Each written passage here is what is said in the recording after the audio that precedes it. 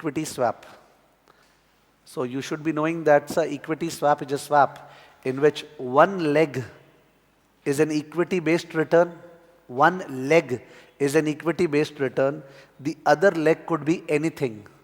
Can it be fixed? Yes. Can it be Libor? Yes. Can it be another equity? Yes. So one leg must be equity-based return. The second leg can be anything. Is that okay with us? Likh do pehle. Point number one. One leg got to be equity return. One leg, LEG, got to be equity return, while the second leg could be,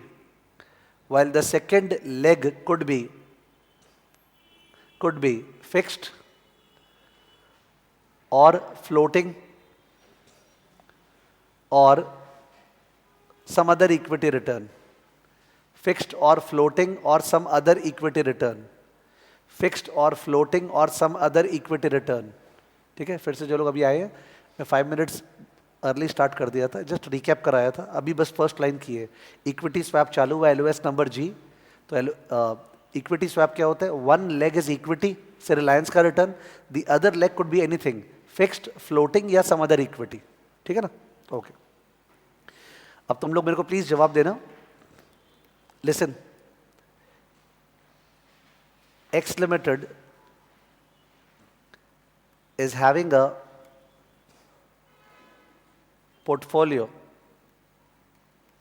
which is similar to S&P 500. X Limited is having a portfolio similar to S&P 500. It's like an index portfolio, you understand? It has the objective of tracking the S&P 500. So you can imagine that you are trying to talk about full replica.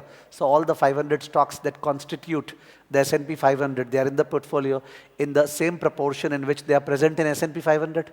Correct? ठीक है तो? तो ये returns X Limited के पास आ रहा है. ठीक है, अब ध्यान दो. X Limited feels that for a temporary period of time, for the coming 1 month or so, S&P 500 can crash down. S&P 500 can crash down, okay, in this coming 1 month period. So we are having a temporary bearish outlook on S&P 500. Don't take it 1 month, it could have been 6 months, okay, but I'm trying to say it may not be permanent, it's like a temporary. So for the short period of 1 month or 6 months or 9 months, X Limited would like to forego the return on S&P 500 and receive a fixed return of say 8%. Receive a fixed return of say 8%. So in that case, X Limited approaches Citibank, or X Limited approaches a dealer, you know a bank is a dealer, and wants to enter into an equity swap in which, please tell me, X Limited क्या मांगेगा और X Limited क्या देगा? X Limited will pay return on S&P 500, return on S&P 500, and X Limited will receive fixed return of 8%. Of course, Libor भी हो सकता था, पर मैंने बोल दिया था ना कि 8%. तो X Limited के पास return on S&P आ रहा है और X Limited यहाँ पे return on S&P पे कर रहा है, and it's receiving fixed return on what? 8%, say on dollars 500 million. Okay, the portfolio is also dollars 500 million. वैसे it's not necessary that the portfolio is dollars 500 million. It could be 5,000 million. I want to hedge a part of my portfolio. I have a 5,000 million portfolio out of which I want to hedge 500. That's okay. I want to convert 500 into fixed. ठीक है? After all, एक minute, level 1 से और खासकर level 3 में जो सबसे important topic है आगे जाते हुए, asset allocation. Asset allocation, which means division of the entire investable corpus into the broad asset classes. It's not security selection. Asset allocation, याद आ रहा है? Equity, और equity क्यों बोले? Public equity, in fact domestic equity, emerging market equity, ठीक है? International equity, real estate, commodities, treasury, fixed income, cash, whatever it is, the broad asset classes. So could be it wants to just diversify the equity portfolio into 90% of equity and 10% fixed income. तो अभी इसका 100% equity है 5,000 million.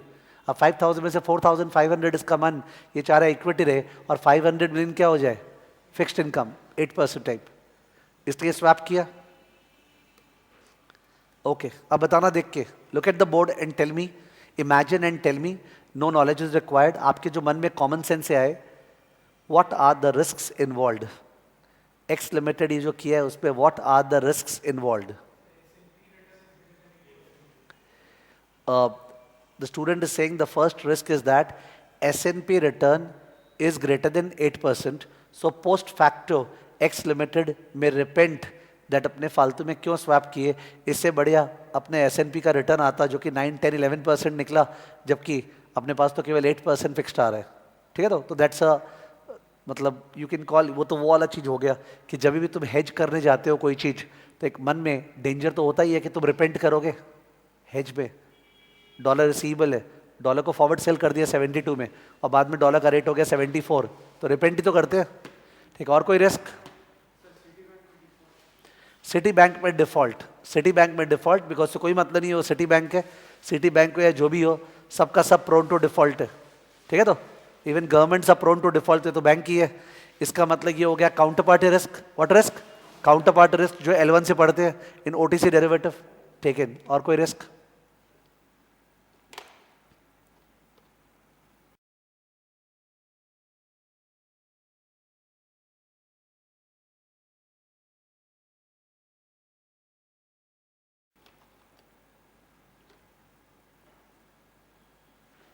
जो भी imagine करके बोलना है, no issues, be more creative.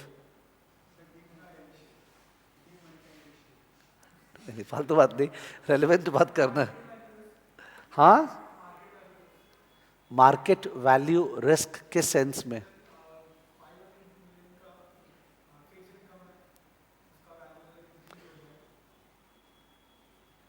ठीक है.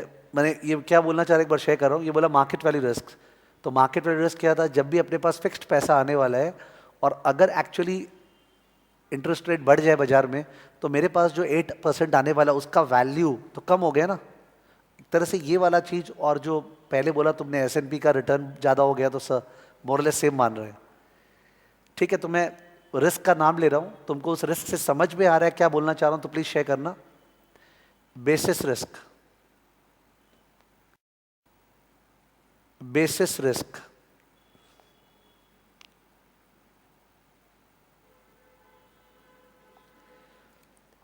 ये जो पोर्टफोलियो है S&P का और जो एक्चुअल S&P इंडेक्स है वो कोई हालत में सेम नहीं हो सकता, किसी का दम नहीं है.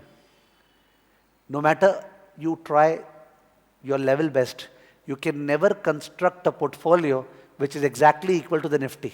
It is not possible because are fractional shares allowed? No. So if you will try to invest say 5,000 million in S&P 500 in the same weights in which they are present in S&P 500, you will not be able to. समझ गया? So there will be some difference between the portfolio composition and the S&P 500. ठीक है? तो because of which ये जो return यहाँ पे आ रहा है और ये जो रिटर्न यहाँ पे जा रहा है of course strongly positively correlated है बट सेम नहीं है. तो क्या पता यहाँ का रिटर्न आया 7 और यहाँ देना है 7.5 तो 0.5 और डूबा. Basis risk. What risk. Basis risk. उसके अलावा cash flow risk. What risk. Cash flow risk. Cash flow risk in the sense that अगर जब जब S&P 500 का रिटर्न 8% से ज़्यादा होगा तब तब तो एक्स लिमिटेड को उसको पैसा देना पड़ेगा ना. तो उस समय पैसा देने के लिए पैसा होना चाहिए, तो कैश भी तो उस समय होना चाहिए देने के लिए. ठीक है. प्लीज़ इमेजिन अगर एक्स लिमिटेड अपना पोर्टफोलियो S&P का बेच देता, एक्स लिमिटेड पोर्टफोलियो S&P का बेच देता और 8% ऑफ 500 मिलियन बॉन्ड खरीद लेता. प्लीज़ इमेजिन एक्स लिमिटेड अपना पोर्टफोलियो बेच दिया, बेचा और बेच के 8% ऑफ 500 मिलियन का बॉन्ड खरीद लिया, तो उस केस में क्या काउंटर पार्टी रिस्क है. नहीं है. ऑफ कोर्स जिसका बॉन्ड खरीदा है उसका डिफॉल्ट रिस्क जरूर है बट काउंटर पार्टी रिस्क नहीं है. ठीक है. उसके अलावा कैश फ्लो रिस्क है. नहीं है. Because 8% of 500 is certain. Of course market value risk है बट कैश फ्लो रिस्क नहीं है. ठीक है. दूसरा, उस पर ट्रांजैक्शन कॉस्ट ज़्यादा लगता, पूरा बेचना और उस पर जाना, और खासकर अगर टेम्पररी बिलीफ है, टेम्पररी, तब तो पूरा बेच के अभी बॉन्ड खरीद ले, फिर बॉन्ड को बेच के वापस एसेट भी ले लेंगे. मजाक थोड़ी हो रहा है, ट्रांजैक्शन कॉस्ट इन्वॉल्व है. ठीक है. तो we should be in a position to just argue. तो एक मिनट, मैंने थोड़ा सा आप लोग को बोला बोलने के लिए, that's okay, but just coming to the main point, from an academic perspective one needs to write about counter party risk, basis risk, cash flow risk. कौन कौन सा रिस्क बोर्ड पे? काउंटर पार्टी रिस्क एकदम easy, और कौन सा? Basis risk. Because sir इसको basis risk को यहाँ पे, और अपने जो आगे पढ़ेंगे CFA लेवल 3 में, it's called tracking risk. What risk? Tracking risk. Because the portfolio of S&P that we have and the S&P index is not the same. There are differences in it. It's a huge important topic for us. कि how do you replicate a benchmark? Because the most popular passive management strategy, what does CAPM teach us? CAPM tells us invest in the market portfolio and put some money at RF or borrow some RF to achieve your risk return profile. यही तो CAPM बोलता है. तो invest in the market portfolio. How do you invest in the market portfolio? By buying an index. But buying an index is practically very difficult. समझ गए? उसके ऊपर full fledged discussion है, बॉन्ड में भी इक्विटी में भी. No worry, index index index तो अपना लाइफ है. बॉन्ड इंडेक्स, इक्विटी इंडेक्स बहुत ज़्यादा है यहाँ पे. थोड़ा सा अपने L1 में करते थे index. In level 1 they used to be a chapter, और अब लेवल 3 में और जोर से इंडेक्स है सारा तरह का. ठीक है ना? तो 3 रिस्क मैंने बोला, करेक्ट. टॉपिक चल रहा है इक्विटी स्वैप. मैंने ठीक से LOS रीड नहीं किया, क्योंकि उसको रीड करने से एक जरा सा फॉर्मेलिटी क्लास में आ जाता. जबकि I know your strength. If I teach the same thing informally, first of all by just asking you, you will feel that तुमने ही तो आंसर दे दिया. ठीक है. तो इन दैट केस ये तुमने ये सिखाया कि sir, if we have an equity portfolio and we would like to convert it into a bond portfolio, how do we do that? Correct? You can do it like this. Second, just suggest me please, we have an equity portfolio of 500 million which is comprising of large cap, mid cap, small cap. Correct? Now what we want to do, and this is like 200, this is 200, and this is 100. Is it okay? Now we would like to, so the weights are what? What are the weights? 40%, 40%, 10%. 20%, correct? Now we would like to make this 60% and this 20%. 60, 20, 20. This is our desire. By using the swap chapter, what do we do? What do we do का कोई mathematical answer नहीं ना. आपको मेरे को language में समझाना है. सर अपने को एक स्वैप एंटर करना चाहिए जिसमें हम लोग ये देंगे और हम लोग को ये मिलेगा. तो if it comes to your mind please tell me. एक लार्ज कैप है मेरे पास, एक मिड कैप है, एक स्मॉल कैप है. और प्लीज बोलते समय ध्यान रखना, दुनिया में बहुत सारा लार्ज कैप इंडेक्स है, बहुत सारा मिड कैप इंडेक्स है, रसल 2000 इंडेक्स जो मिड कैप इंडेक्स, और बहुत सारा स्मॉल कैप इंडेक्स है. तुमको ऑब्वियसली उनका नाम नहीं पता है, डजेंट मैटर. तुम लार्ज कैप इंडेक्स वर्ड बोलो ना मेरे को, तो बोलो क्या करे. एक जन बोलो. यस. तुम बोल रहे हैं कि सर एक स्वैप एंटर करना चाहिए जिसमें ये जो एक्स लिमिटेड है वो एक्स लिमिटेड क्या पे करेगा, कितने पे?